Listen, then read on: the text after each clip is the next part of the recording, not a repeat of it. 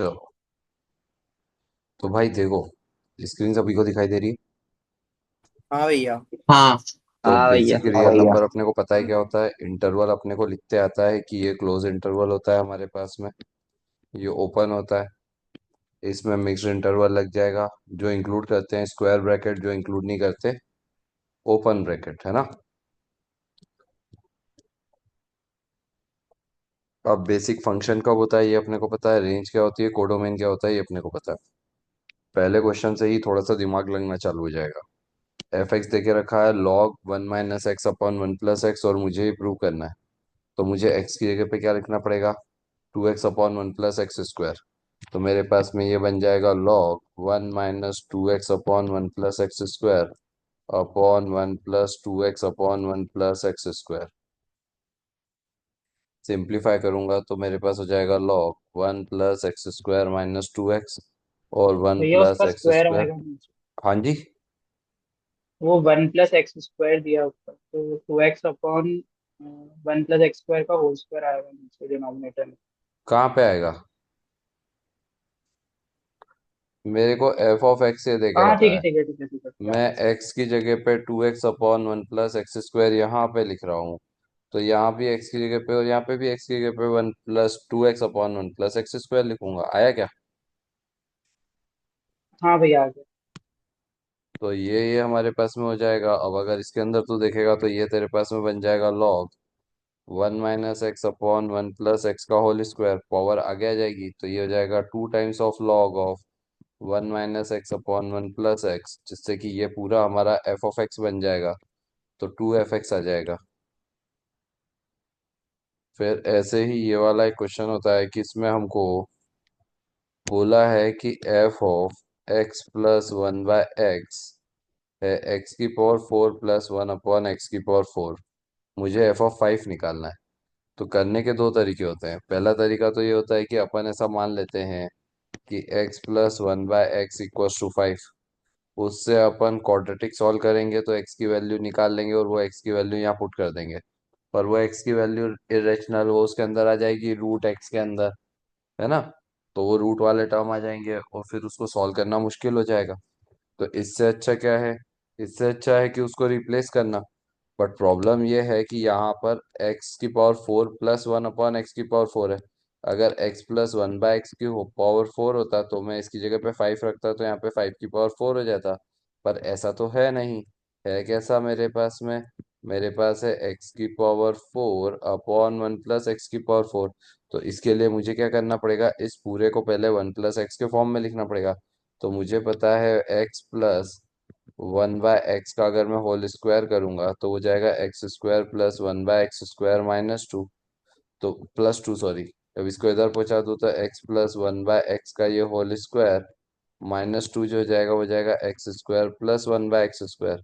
और फिर से अगर मैं दोनों साइड स्क्वायर कर दूं तो x plus one by x का होल स्क्वायर माइनस टू का होल स्क्वायर हो जाएगा एक्स की power four plus one upon x की power four plus two x square into one by x square, two ही बचेगा। इस टू को इधर पहुंचा दूं तो एक्स की power four plus one upon x की पावर फोर को मैं लिख सकता हूँ x plus one by x का होल स्क्वायर माइनस टू का होल स्क्वायर माइनस टू। तो मैं इससे अगर मैं देखूंगा तो मेरा जो फंक्शन है वो किस में चेंज हो गया।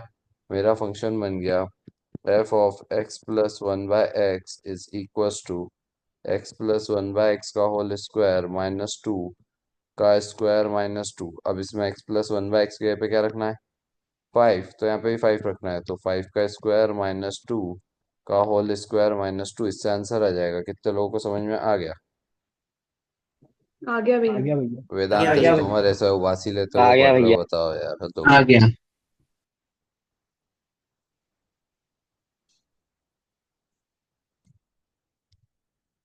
फिर अलग अलग फंक्शन अपने को पता है, मॉड एक्स,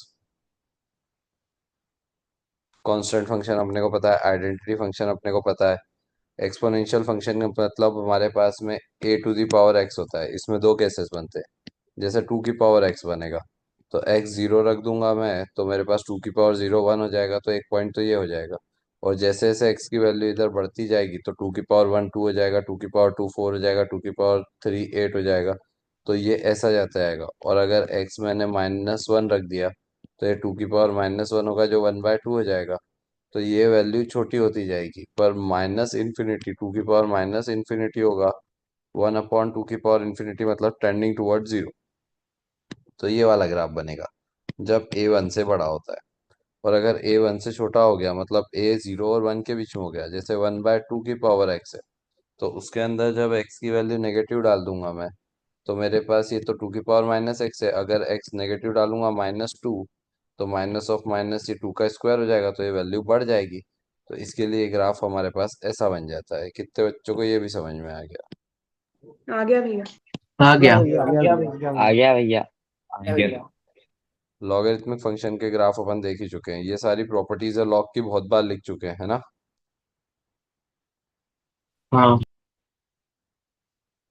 तो अब हमारे पास में क्या आएगा? अब हमारे पास में आएगा इन्हीं से रिलेटेड क्वेश्चन। अब देखो, जैसे कि ये वाला क्वेश्चन है। अब ये क्वेश्चन हमें बहुत कुछ सिखाता है। ये क्वेश्चन सबसे पहली चीज ये सिखाता है कि जब भी आपके पास कोई भी एक क्वेश्चन है जिसके अंदर x है, ग्रेटेस्ट इंटीजर x है, फ्रैक्शनल पार्ट ऑफ x है, तो हमारे पास में क्या होता है, अपन किसी भी नंबर x को ऐसा लिख सकते हैं, greatest integer x plus fractional part of x, या ग्रेटेस्ट इंटीजर x होता है x minus fractional part of x। अगर ये समझ में नहीं आता है तो फिर थोड़े दिन बैठ जाना, अभी 11th वालों को सारे फंक्शंस फिर से पढ़ाऊंगा, पर वैसे तुम्हें आना चाहिए। ठीक है, तो ये हमारे पास में होता है। बाकी कल एक बार ये शीट पढ़ लेना, नहीं समझ में आएगा तो फिर से पूछ लेना। तो अब मेरे पास में ऐसा बोला था कि एपी के अंदर अगर मुझे बोला है ABCNAP है, तो इसका मतलब मेरे पास में होता है कि 2B = A+C। अगर जीपी में है ABC, तो इसका मतलब होता है B² = AC। अगर एचपी में है तीन टर्म्स ABC, तो इसका मतलब होता है B = 2AC/A+C। ये तीन कंडीशंस लिख लो।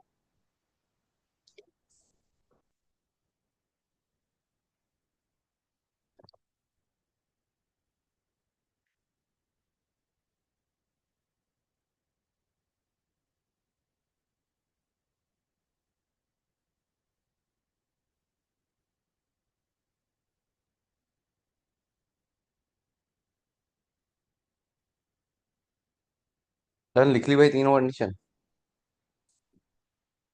हाँ भैया। भैया। भैया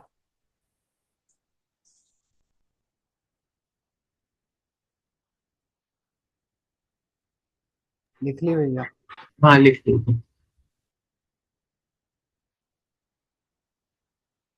अब अगर अपन इसके अंदर देखेंगे तो इस क्वेश्चन को देखो कि कैसे सॉल्व करा है उसने। इस क्वेश्चन के अंदर उनने कुछ कुछ चीज़ों का ध्यान रखा है। सबसे पहली चीज़ तो ये करी कि हमको बोला था x ग्रेटेस्ट इंटीजर x और फ्रैक्शनल पार्ट ऑफ x जो है वो जीपी के अंदर है और एचपी के अंदर है। तो B = 2AC/A+C कर दिया। फिर उसने क्या करा, उसने इस वाले पार्ट को इधर लेके गया, मल्टीप्लाई करा। अब जो x होता है x को लिख दिया greatest integer x plus fractional part of x। ऐसा अपन हर बार करते हैं। इससे फर्क ये पड़ता है कि जब मेरे पास fractional part of x equals to कोई भी एक फंक्शन x का हो गया मानो, तो मेरे पास ग्रेटेस्ट इंटीजर x का पता नहीं है कि वो क्या लाया करेगा, x का भी नहीं पता कि कहाँ से कहाँ तक लाया करेगा। पर फ्रैक्शनल पार्ट की एक कहानी है कि वो हमेशा 0 से 1 के बीच में लाया करेगा। तो इससे मेरे पास में जो भी x का फंक्शन हो जाएगा वो 0 से 1 के बीच में लाया करेगा। तो बस वो लॉजिक का अपन इस्तेमाल कर रहे हैं। तो इसका स्क्वायर था, ये 0 से 1 के बीच में हो गया। तो मेरे पास ग्रेटेस्ट इंटीजर x का स्क्वायर भी 0 से 2 के बीच में हो गया। तो इससे ग्रेटेस्ट इंटीजर x 0 से √2 के बीच में हो गया। अब 0 √2 होता है 1.41। उसके बीच में कौन सा इंटीजर आता है? केवल एक ही इंटीजर आता है 1। तो उससे ग्रेटेस्ट इंटीजर x 1 हो गया। और अब अगर अपन इस कंडीशन में जाएंगे तो ग्रेटेस्ट इंटीजर x की जगह पे मैं 1 रखूंगा, तो हो जाएगा 2 × फ्रैक्शनल पार्ट का स्क्वायर। तो इससे फ्रैक्शनल पार्ट ऑफ x हो जाएगा 1/√2। तो इससे मेरा नंबर जो हो जाएगा x, वो होता है greatest integer x plus fractional part of x। पढ़ के देखो क्या करा है उसने। पढ़ के देखो, बस एक एक स्टेप पढ़ोगे तो तुम्हें समझ में आ जाएगा। कुछ भी नहीं करा, उधर से एलसीएम ले लिया, उसके बाद में उसको उसने सिंप्लीफाई कर दिया बस।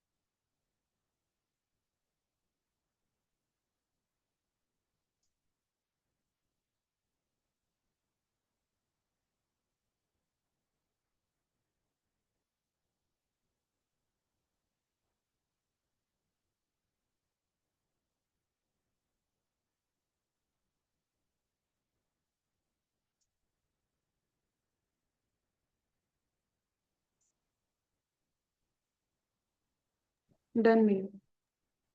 भैया कर लिया भैया। आगे समझ में आ गया? वेरी इजी, वेरी आसान। हाँ भैया। हाँ भैया फिर अपने को ग्राफ बनाना है, तो ग्राफ बनाने का अभी तुमसे बन जाए तो बहुत ही अच्छी बात है, नहीं बनेंगे तो फिर मैं एक बार तुम्हें क्लास में ग्राफ बनाना सिखाऊंगा। फिर आता है इनइक्वालिटीज को सॉल्व करने की कहानी। जैसे मेरे पास में पहला क्वेश्चन है, 1/(x - 3) इज लेस देन 1/2। तो अपन क्या करते हैं, अपन ऐसा क्रॉस मल्टीप्लिकेशन नहीं कर सकते इनइक्वालिटी के अंदर, क्योंकि इनइक्वालिटी का प्रॉब्लम ये होता है कि इनइक्वालिटी का साइन चेंज हो जाता है अगर मेरे पास में जो फंक्शन है या जो वैल्यू है वो जीरो से कम होगी। तो ऐसे क्रॉस मल्टीप्लिकेशन करके कुछ बच्चे सॉल्व कर लेते हैं, ऐसा तुम कर सकते हो, उसमें प्रॉब्लम नहीं है, बट वो गलत होता है। तो इसके लिए क्या करना पड़ता है, एक पूरी साइड को इधर ले आओ, तो 1/(x - 3) -1/2 < 0। फिर एलसीएम ले लेंगे, 2 - mod x -(-3) इंटू 2 < 0। तो ये हो जाएगा मेरे पास 5 -mod x/(-3) इंटू 2 < 0। फिर अपने को क्या करना है, mod x को अपन एक अपने मन से t मान लो, तो तुम्हारे पास आएगा t-5/2 इंटू t-3। तो t-5 तब आएगा जब इनइक्वालिटी को -1 से मल्टीप्लाई करोगे, तो इनइक्वालिटी का साइन चेंज हो जाएगा। अब नंबर लाइन के ऊपर इधर 3 आ गया, इधर 5 आ गया, पॉजिटिव नेगेटिव पॉजिटिव। तो इससे मेरे पास में ये आ गया कि t > 5 एंड t < 3। अब t कितना है, mod x, तो mod x 5 से बड़ा है, तो इसका मतलब हो गया कि या तो x की वैल्यू 5 से बड़ी होगी या हमारे पास -5 से छोटी होगी। t < 3 है, मतलब mod x 3 से छोटा है, तो -3 से 3 के बीच में होगा। तो हमारा फिजिबल रीजन कौन सा हो गया, -∞ से -5, यूनियन -3 से 3, यूनियन 5 टू इंफिनिटी। तो मॉड के अंदर इनइक्वालिटी के समय दो चीज़ों का ध्यान रखना है। अगर mod x greater than a है तो इसका मतलब होता है x ग्रेटर देन a, और x लेस देन -a। अगर mod x less than a है तो इसका मतलब होता है x is less then a greater than -a। अगर मॉड x और इसकी बदले इक्वल टू का साइन हो गया तो अपन यहाँ पर भी इक्वल टू का साइन लगा देंगे। तो बस दिस इज द किंग, इतनी दो चीज समझ में आ जाए तो तुम्हारा काम हो जाएगा। तो ये दो चीज लिख लो, बाकी क्वेश्चन का कॉन्सेप्ट तो सिंपल सा है।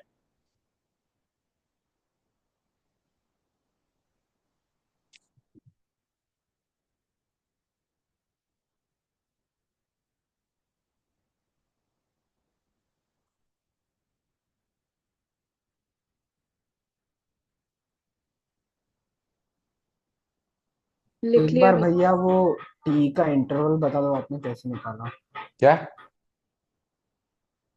आप वो टी की एक बार रेंज बता दो, प्लस माइनस एक बार कैसा है। अरे ये वेवी कर्व से। हाँ बेबी कर्व तो मुझे पता है, ये टी और t-5 -3 पे अलग अलग कैसा है ये। अरे यहाँ पे आया तो सही, t ग्रेटर देन 5 है तो t मॉड x है, मॉड x अगर 5 से बड़ा है तो अभी हाल तो लिखवाया कि मॉड ऑफ x अगर greater than equal to a होगा तो x a से बड़ा होगा या फिर -a से छोटा होगा, है ना? क्या आ गया। आया? हाँ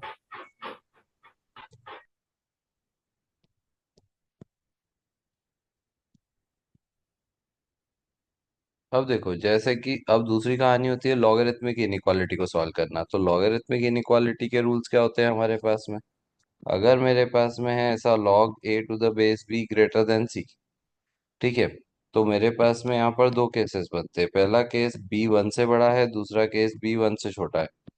ठीक है, 0 से बड़ा हमेशा होगा।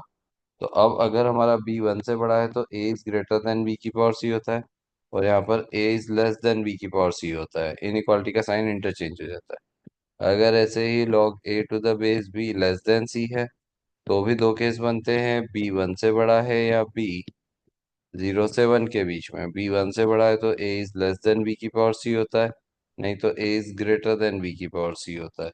ये दो चीज का ध्यान रखना है। और अगर ये दोनों चीज डिफाइन के लिए सबसे पहले केस ये बनाना है कि log a to the base b must be defined. तो कब डिफाइन होगा? जब a पॉजिटिव हो, b पॉजिटिव हो, एंड वाली कंडीशन लगेगी, एंड b 1 नहीं हो। पहले तो ये कंडीशन लगा के अपन इंटरवल निकालेंगे, फिर इनइक्वालिटी चेक करेंगे। समझ में आया क्या बोला मैंने? हाँ भैया। हाँ भैया। हाँ भैया। हाँ। हाँ भैया। लिख लो इसको।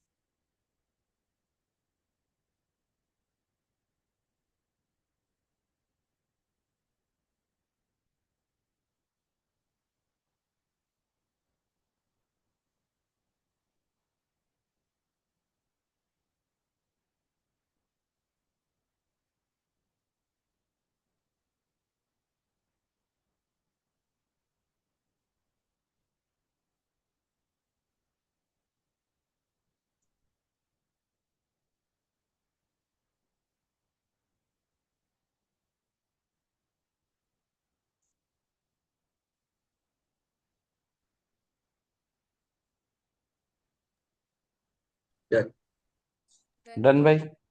हाँ डन। डन भैया। डन।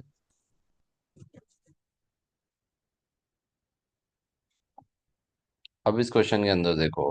इस क्वेश्चन के अंदर अपन ने वही चीज करी है। पढ़ते जाओ, एक एक स्टेप देखो। सबसे पहले लॉग के डिफाइन होने की कंडीशन लिखी है उसने। फिर दूसरा केस लिया है कि बेस अगर 1 से बड़ा है। बेस अगर 1 से बड़ा है तो हमारे पास में ये क्या हो जाएगा? इनइक्वालिटी का साइन चेंज नहीं होगा, 3x प्लस 5 की पावर 2 हो जाएगा। और फिर उसके बाद में उसको सिंप्लीफाई करके उससे x का इंटरवल निकाल लिया। फिर दूसरा केस लिया उसने हमारे पास, और ये वाली भी चीज निकाल ली थी क्योंकि अपन ने मान के चले थे 1 से बड़ा है, तो उसके लिए एक्स का इंटरवल निकाल लिया। फिर वो जो ऊपर वाली इस कंडीशन और इस कंडीशन से आया, उसका इंटरसेक्शन ले लिया, तो हमें पता चल गया x-4/3 से बड़ा होगा और इससे छोटा होगा। फिर दूसरा केस लिया कि बेस को 0 से 1 के बीच में ले लिया, तो यहाँ पर इनइक्वालिटी का साइन चेंज हो जाएगा। ये वैसा बन जाएगा log a to the base b was greater than 2, तो a is less than b की पावर 2, क्योंकि अपना b अपन 0 से 1 के बीच में ले रहे हैं। फिर उसको सिंप्लीफाई करा, ये कंडीशन बन गई, और बेस को 0 से 1 के बीच में कर दिया, फिर उससे कंडीशन बन गई।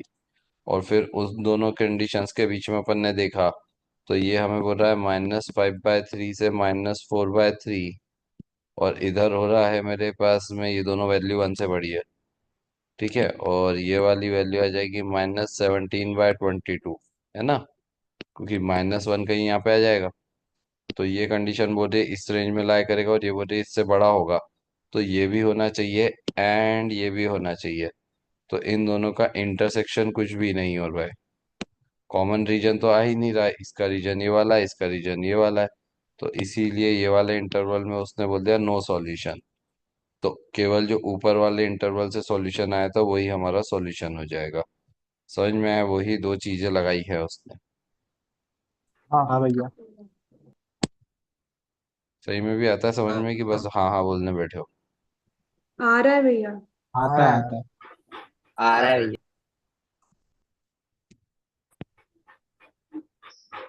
ये सारे क्वेश्चन खुद से करके देख लेना।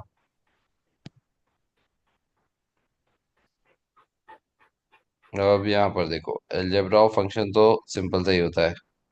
ठीक है, वही डोमेन की कंडीशंस रूट के अंदर दे के रखा है, तो रूट वाली वैल्यू पॉजिटिव होगी। अब इसी के बदले तुम्हें कैसा दे के रखा हो सकता है?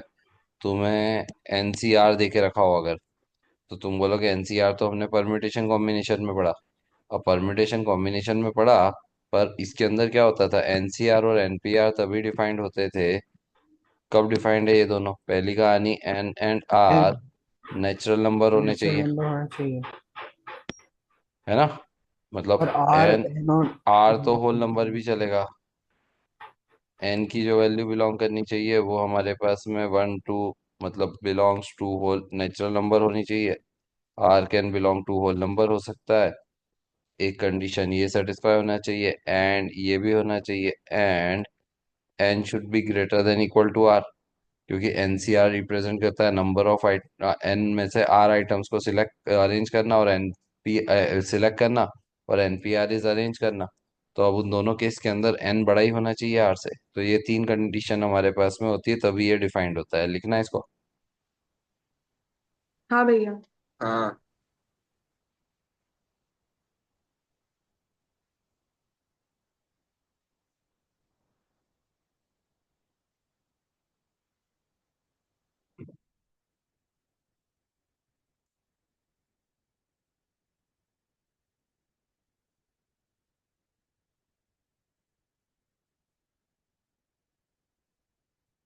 डन। डन भैया। डन। डन भैया। डन भैया।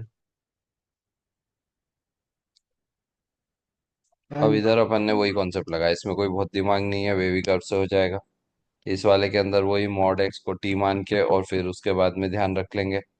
तो मॉड वाली कंडीशन मैंने तुम्हें लिखना सिखा दी है, उससे तुम लिख लोगे। अब ये इनवर्स वाली चीज अभी छोड़ देना, मैं इनवर्स ट्रिग्नोमेट्रिक फंक्शन बता दूंगा तुमको कल परसों में, तो आ जाएगा। लॉग के अंदर डोमेन निकालना है तो क्या क्या चीजें होनी चाहिए? X square minus 5x plus 6 greater than 0 and x plus 1 greater than 0 and x plus 1 not equal to 0। इससे वेवी कर्व पे कंडीशन बनाना, इससे ही बनाना, इससे ही बनाना, फिर तीनों की एक ही नंबर लाइन पे कंडीशन बनाना। एक कंडीशन वन की लाइन बनाना मानो ऐसी, कंडीशन टू की ऐसी हो रही है और कंडीशन थ्री की ऐसी हो रही है। तो अगर एंड लग रहा है तो जहां पर कॉमन होगा बस वही फिजिबल रीजन होगा। समझ में आया क्या बोला? हाँ। हाँ भैया। हाँ हाँ भैया। भैया। हाँ आ गया। इनवर्स ट्रिग्नोमेट्री वाले अभी छोड़ देना जहाँ पे भी है। अब जैसे इसका डोमेन निकालना है तो करो, एक क्वेश्चन करो, फटाफट करो।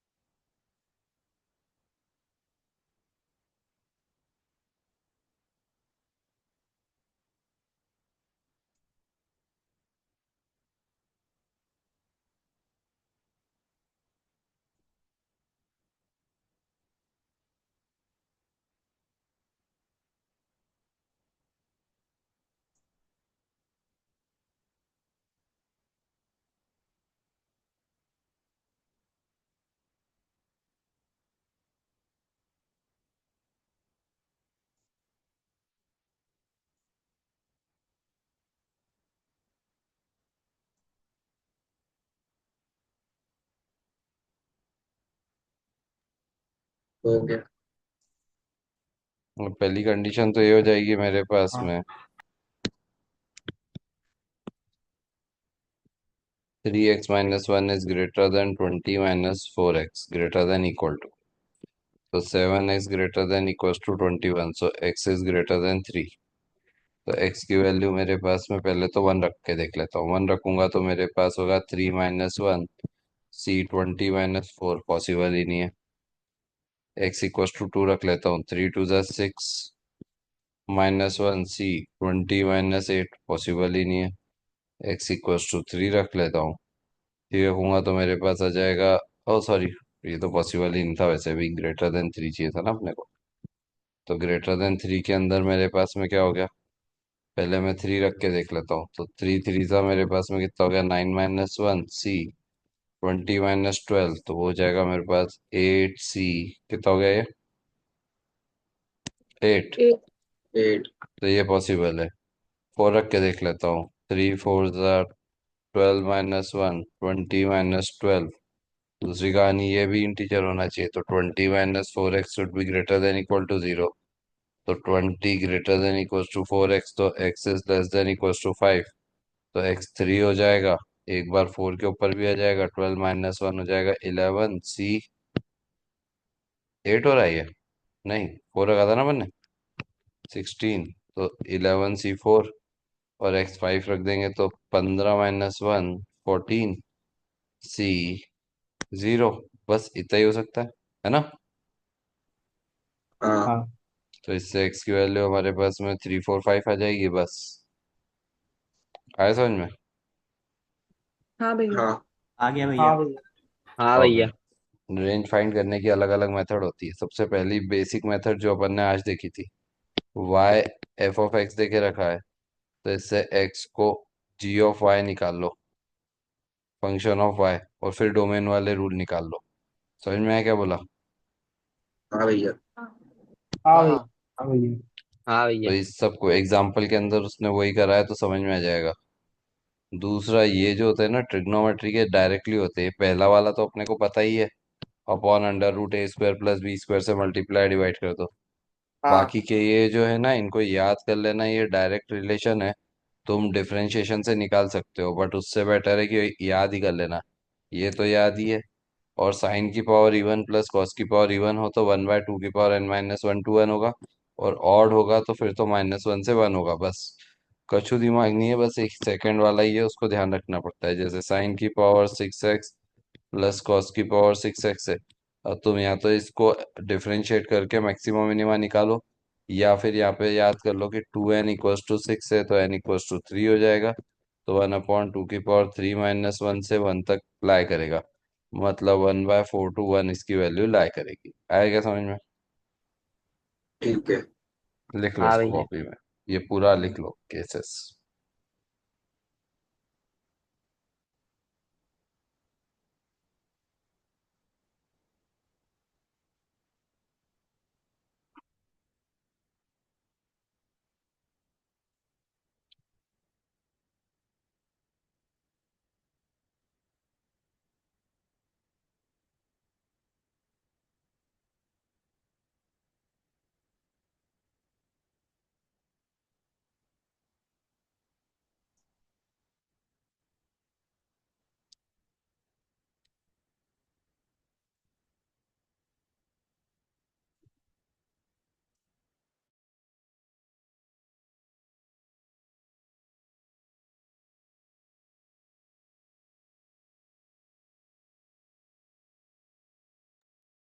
डन।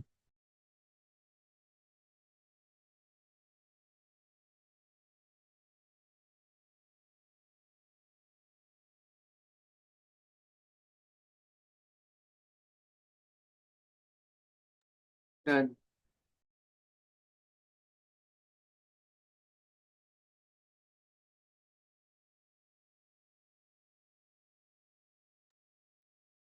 तो इससे ये वाली चीजें सॉल्व हो जाएंगी। जैसे ये वाले के अंदर तो डायरेक्टली इवन पावर है, ये वाले को सॉल्व करने के लिए हमारे पास में sin 2x है और sin² x है। तो sin² x को अपन लिख देंगे 1 - cos 2x/2, फिर a sin फलाना प्लस b cos फलाना लाई करता है -√a² + b² से +√a² + b² तक। अब इसके अंदर प्लस c हो गया, तो इधर भी प्लस सी हो जाएगा और इधर भी प्लस सी हो जाएगा। समझ में आया क्या बोला? हाँ और हाँ हाँ भैया। इधर भैया। वाला जो है मेरे पास, इसके अंदर हाँ तो मैं भैया। कंप्लीटिंग द स्क्वायर लगा दूंगा, और कंप्लीटिंग द स्क्वायर लगा के मैं ये चेक कर लूंगा कि मेरे पास ऐसा हो जाएगा sin x प्लस अल्फा का होल स्क्वायर प्लस b। और यहाँ पर sin x की मैक्सिमम मिनिमम वैल्यू से दिमाग लगा के आंसर निकाल लेंगे। आया समझ में क्या बोला? हाँ ठीक है। हाँ है ना, ये इसने ऐसा कंप्लीटिंग द स्क्वायर लगा दिया, फिर sin x -1 से 1 के बीच में होगा, ऐसा दिमाग लगा देंगे तो आंसर है। इनवर्स वाला अभी छोड़ देना, इनवर्स पढ़ाऊंगा उसके बाद करेंगे।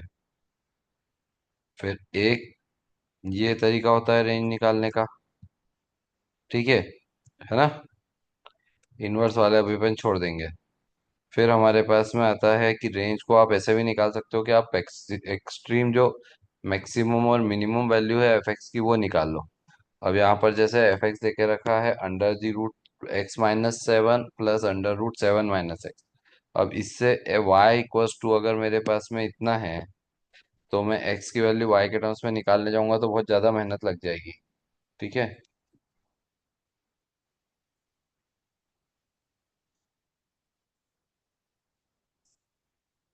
तो इसके लिए अपन यहाँ पर देखेंगे कि हमारा x-1 should be greater than equal to 0, मतलब x की वैल्यू 1 से बड़ी है। और 7 - x should be less than equal greater than equal to 0, तभी जाके दोनों रूट डिफाइंड होंगे। तो x की वैल्यू 7 से छोटी है, तो हमने क्या करा, उसका डोमेन पहले ही निकाल लिया। डोमेन निकालने के बाद अपन ने क्या करा, उसको डिफरेंशिएट करा। ठीक है, डिफरेंशिएट करके f dash x equals to 0 करा। अब f dash x equals to 0 कर देंगे अपन, तो हमारे पास में ये आ जाएगा कि x इक्वल्स टू 4 आ रहा है। तो अब अगर अपन इसके अंदर देखेंगे तो 4 के ऊपर हमारे पास में क्या हो जाएगा, 1 पे वैल्यू निकाली √6 आई, 4 पे 2√3 आई, 7 पे फिर से √6 आई। तो इसका मतलब मेरे पास में क्या होगा कि 1 के ऊपर और 7 के ऊपर जो सेम वैल्यू आ रही है, तो पहले इसकी वैल्यू बड़ी होगी, फिर इसकी वैल्यू कम हो गई होगी। समझ में आया? और वो मैक्सिमा हमारे पास में डिफरेंशिएशन आ गया। आया क्या? हाँ भैया। भैया हाँ एक और भैया। बार बता दो। देखो मेरे पास में क्या था, मेरे पास में ऐसा था कि एक ये फंक्शन देके रखा हुआ है। अब इस फंक्शन की कहानी ये है कि मैं इससे y की वैल्यू x के टर्म्स में निकालने जाऊंगा तो पागल हो जाऊंगा, क्योंकि दो जगह रूट है, बहुत सारा स्क्वायर करना पड़ेगा। तो मैंने क्या करा, मैंने ऐसा देखा कि अगर मैं इसके अंदर देखूं तो x, ये दोनों चीज तब डिफाइंड है जब ये वाली वैल्यू भी पॉजिटिव हो, ये भी पॉजिटिव, मतलब ग्रेटर देन इक्वल टू 0। तो उससे डोमेन आ गया 1 से 7। तो अगर मैं x को 1 रख दूंगा तो वैल्यू √6 आ रही है, और अगर मैं x के पे 7 रखूं तो भी वैल्यू √6 आ रही है। इसका मतलब कि मेरे पास में फंक्शन के अंदर क्या हो रहा होगा कि 1 पे भी वैल्यू और 7 पे भी, दोनों पे फंक्शन की वैल्यू √6 थी। तो इसका मतलब बीच में या तो वो ऊपर गई होगी या बीच में वो नीचे गई होगी, क्योंकि फंक्शन कहीं पे ब्रेक तो हो नहीं रहा है, कंटिन्यूस ही है। आया समझ में? हाँ भैया। आ गया भैया। हाँ आ गया नहीं हाँ आया? आ गया। चलिए है, आ गया कहीं पे भैया, आगे। आ फंक्शन गया ब्रेक आ थोड़ी गया। हो रहा है। तो इसका मतलब कंटिन्यूअस कर भी है, तो ऊपर जाके नीचे आया होगा या नीचे जाके ऊपर आया होगा। तो एक हमारे हाँ पास लोकल मैक्सिमा या मिनिमा बना होगा, और लोकल मैक्सिमा या मिनिमा पर डिफरेंशिएशन कितना होता है, 0।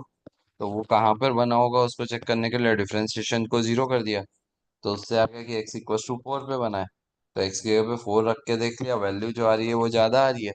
इसका मतलब कि हमारे पास में इधर वैल्यू √6 आ रही है, और इधर 4 के ऊपर जो मैक्सिमम वैल्यू आ रही है वो आ रही है 2√3। तो अपन ने बोल दिया कि भाई वैल्यू इसके बीच में ही लाई करेगी, तो रेंज हमारी इतनी हो जाएगी। आया? हाँ हाँ भैया। समझ गया। हाँ समझ गया। हाँ भैया। अब देखो, जैसे अपने को फंक्शन इंक्रीजिंग फंक्शन है। अब अगर इंक्रीजिंग फंक्शन है तो उसकी वैल्यू बढ़ती ही जाएगी। ए से बी तक अगर इंक्रीजिंग है, इसका मतलब ए पे मिनिमम वैल्यू होगी और बी पे मैक्सिमम वैल्यू होगी। तो मिनिमम वैल्यू क्या हो जाएगी, एफ ऑफ ए, और मैक्सिमम वैल्यू क्या हो जाएगी, एफ ऑफ बी।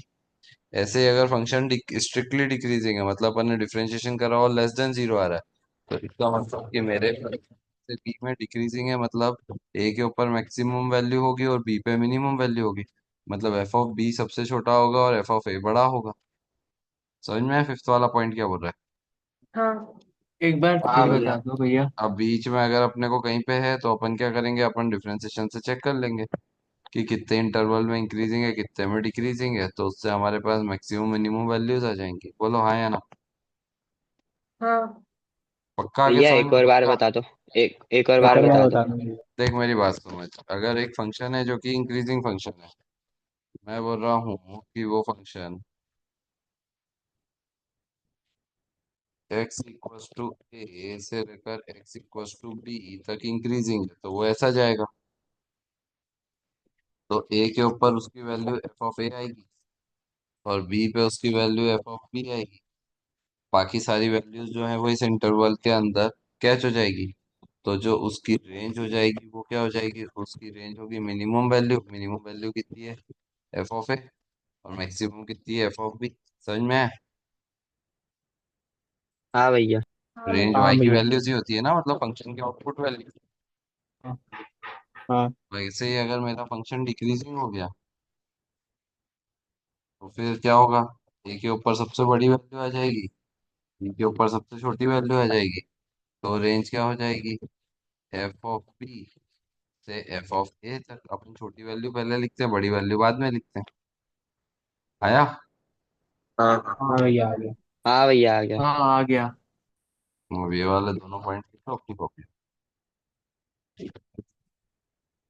ये दोनों भी लिखो। ये सब फंक्शन को डिफरेंशिएट करोगे तो लेस देन जीरो आ जाएगा, इसके लिए ये सब डिक्रीजिंग फंक्शंस।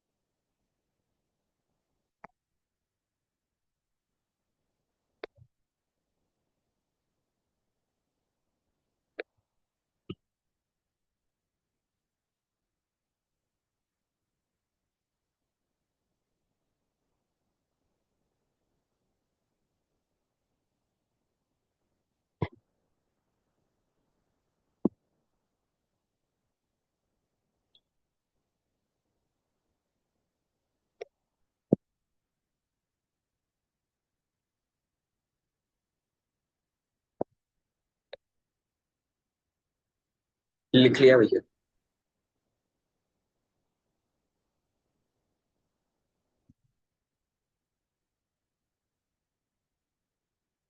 फिर होता है हमारे पास में कि अपन ग्राफ बना के भी कर सकते हैं। जैसे ये mod x minus one mod x minus two, तो अपने पास में क्या होगा, नंबर लाइन दो पार्ट में डिवाइड हो जाएगी, वन और टू के बीच में। टू से ज्यादा में क्या हो जाएगा, दोनों पॉजिटिव हो जाएंगे। वन से टू के बीच में ये वाला नेगेटिव हो जाएगा, ये पॉजिटिव हो जाएगा। और वन से कम में दोनों नेगेटिव हो जाएंगे। उससे अपन ने लाइन इससे इक्वेशन बना ली। अब उस इक्वेशन को देखें तो मिनिमम वैल्यू वन है और मैक्सिमम तो इन्फिनिटी तक है, तो रेंज हो जाएगी वन से इन्फिनिटी। आया समझ में क्या बोला। हाँ भैया। हाँ अब भैया। ग्राफ बना के भी चेक कर सकते हो। फिर कंपोजिशन ऑफ फंक्शन तो आज ही अपन ने देखा था हाँ ना, ये पढ़ लेना, इसका डोमेन कैसे निकालते, रेंज कैसे निकालते। ठीक है। फिर ये वाला एक क्वेश्चन कर लेना तुम कल सुबह बैठ के। इसमें तुम 30 मिनट से ज्यादा टाइम मत लगाना। ठीक है, मतलब उससे कम तो नहीं लगेगा, पर हो गया अगर 30 मिनट में तो बहुत ही अच्छी बात है। फिर one one many one function पता है अपने को, बताए ना। हाँ हाँ। भैया। हाँ पता है भैया। वन वन भैया। मैनी वन हाँ फंक्शन भैया। वही हो गया, हाँ f of x one equals to f of x two रख देंगे। अगर x one equals to x two only solution हो गया तो वन वन हो जाएगा, अदरवाइज मैनी वन हो जाएगा। फिर जो एंटायरली इंक्रीजिंग या डिक्रीजिंग होते हैं डोमेन के अंदर, वो भी हमारे पास में वन वन ही होते हैं। अगर किसी का एक लोकल मैक्सिमा या मिनिमा है तो मतलब कि वो ऊपर जाके नीचे आ रहा होगा या नीचे जाके ऊपर आ रहा होगा, मतलब कि वो मैनी वन हो जाएगा, है ना। हाँ। हाँ फिर ये हाँ हॉरिजॉन्टल लाइन टेस्ट लिखा हुआ है उन्होंने, कि हॉरिजॉन्टल लाइन अगर एक से ज्यादा पॉइंट पे फंक्शन को कट करती है तो इसका मतलब क्या हो जाएगा, मैनी वन हो जाएगा। ये मैंने तो बताया वन। ना अपने को। हाँ भैया। हाँ हाँ भैया। हाँ भैया। भैया। फिर वही f of x one equals to f of x two, उससे सिंप्लीफाई करके चेक कर लिया कि मैनी वन है वन वन है। आया। हाँ भैया। अब आ इसने गया हाँ बोला भैया। Find the range of P for which the function is one one, तो अपन ने उसको डिफरेंशिएट कर दिया। तो डिफरेंशिएट करा तो एक्स स्क्वायर का कोफिशिएंट पॉजिटिव है, मतलब ये हमेशा ग्रेटर देन जीरो होगा या लेस देन जीरो होगा। तो एक चीज का ध्यान रखना, अगर तुम्हारे पास कभी भी एक क्वाड्रेटिक इक्वेशन ऐसी आ रही है a x square plus b x plus c, ये अगर वाई है तो तुम्हारे पास अलग अलग केसेस बनते हैं। अगर तुम्हारा a x square plus b x plus c कभी बोला है कि ग्रेटर देन जीरो है, तो इसके अंदर हमारे पास दो चीजें होंगी, एक तो ए ग्रेटर देन जीरो होगा, दूसरा डिस्क्रिमिनेंट लेस देन जीरो होगा। तभी जाके इसका ग्राफ हमेशा ऐसा बनेगा। डिस्क्रिमिनेंट तो हमें पता ही है क्या होता है, बी स्क्वायर माइनस फोर ए सी। ठीक है, अब अगर इसी के बदले मुझसे बोला है कभी भी मैं सॉल्व करता हूँ और मेरे पास आ जाता है कि प्रूव करो कि a x square plus b x plus c less than zero है, तो ग्राफ उसका हमेशा ऐसा बनेगा। तो उस केस में ए लेस देन जीरो होगा एंड उसका भी डिस्क्रिमिनेंट लेस देन जीरो होगा। आई बात समझ में? हाँ हाँ भैया। भैया। तो हाँ यहाँ भैया, हाँ पर हाँ ये भैया। दो भैया। चीज, हाँ भैया। ये दो चीजों का ध्यान रखना रहता है जीवन के अंदर, बस इससे ज्यादा नहीं। अगर ये इक्वल टू है तो डिस्क्रिमिनेंट भी इक्वल टू हो जाएगा, ये इक्वल टू है तो इधर इक्वल टू हो जाएगा। उस केस में ये बस जस्ट टच कर सकता है क्योंकि ये उसके नीचे नहीं जा सकता। ठीक है, तो ये बस इतना सा काम करना होता है। इसको लिख लो, इसको लगा लोगे तो बहुत ही आसान हो जाएगा जीवन।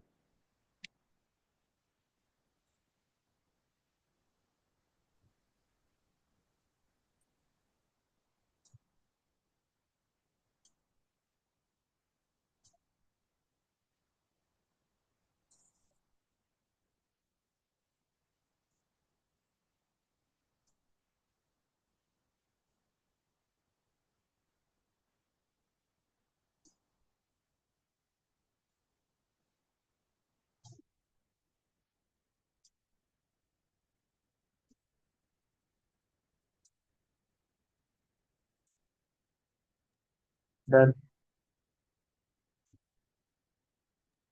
डन भैया।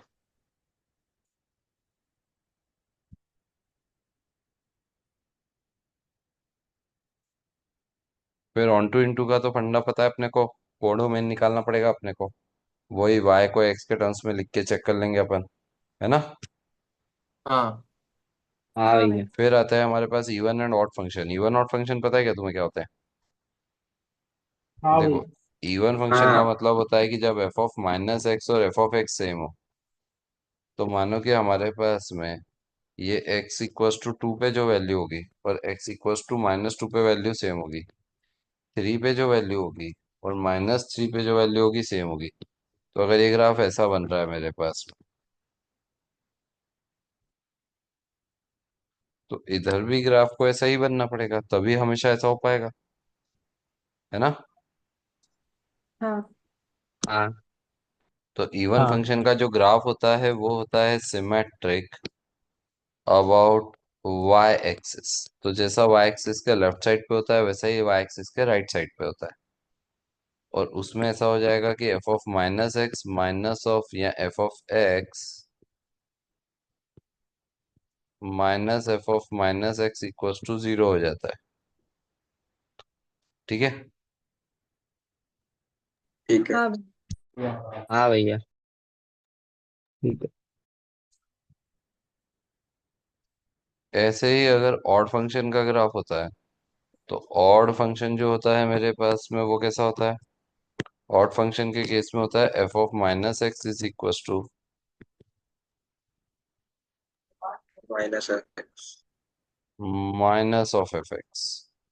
तो अगर उस केस में अगर आप देखोगे तो आपके पास में क्या हो जाता है, जैसे कि x इक्वल्स टू वन पे मेरे पास में वैल्यू वन है या टू है, तो x equals to minus one के ऊपर जो वैल्यू होगी वो माइनस टू हो जाएगी।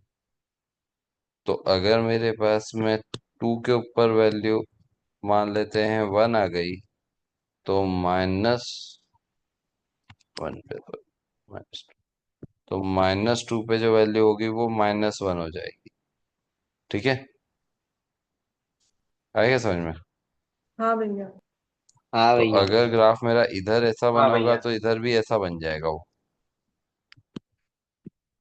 क्योंकि वो सिमेट्रिक अबाउट ओरिजिन हो जाएगा। ओरिजिन से जैसा उधर है वैसा का वैसा इधर हो जाएगा। आई बात समझ में? हाँ। हाँ क्योंकि हाँ एक अगर फर्स्ट हाँ क्वाड्रेंट में है भैया। तो एक थर्ड क्वाड्रेंट में हो जाएगा, सेकंड में होगा तो फोर्थ में हो जाएगा। ठीक है, फिर ये नियम पढ़ लेना। और यहाँ तक की राम कहानी कर लेना, फिर अपन ये आगे पढ़ लेंगे। तो कल अपना खत्म हो जाएगा सब कुछ।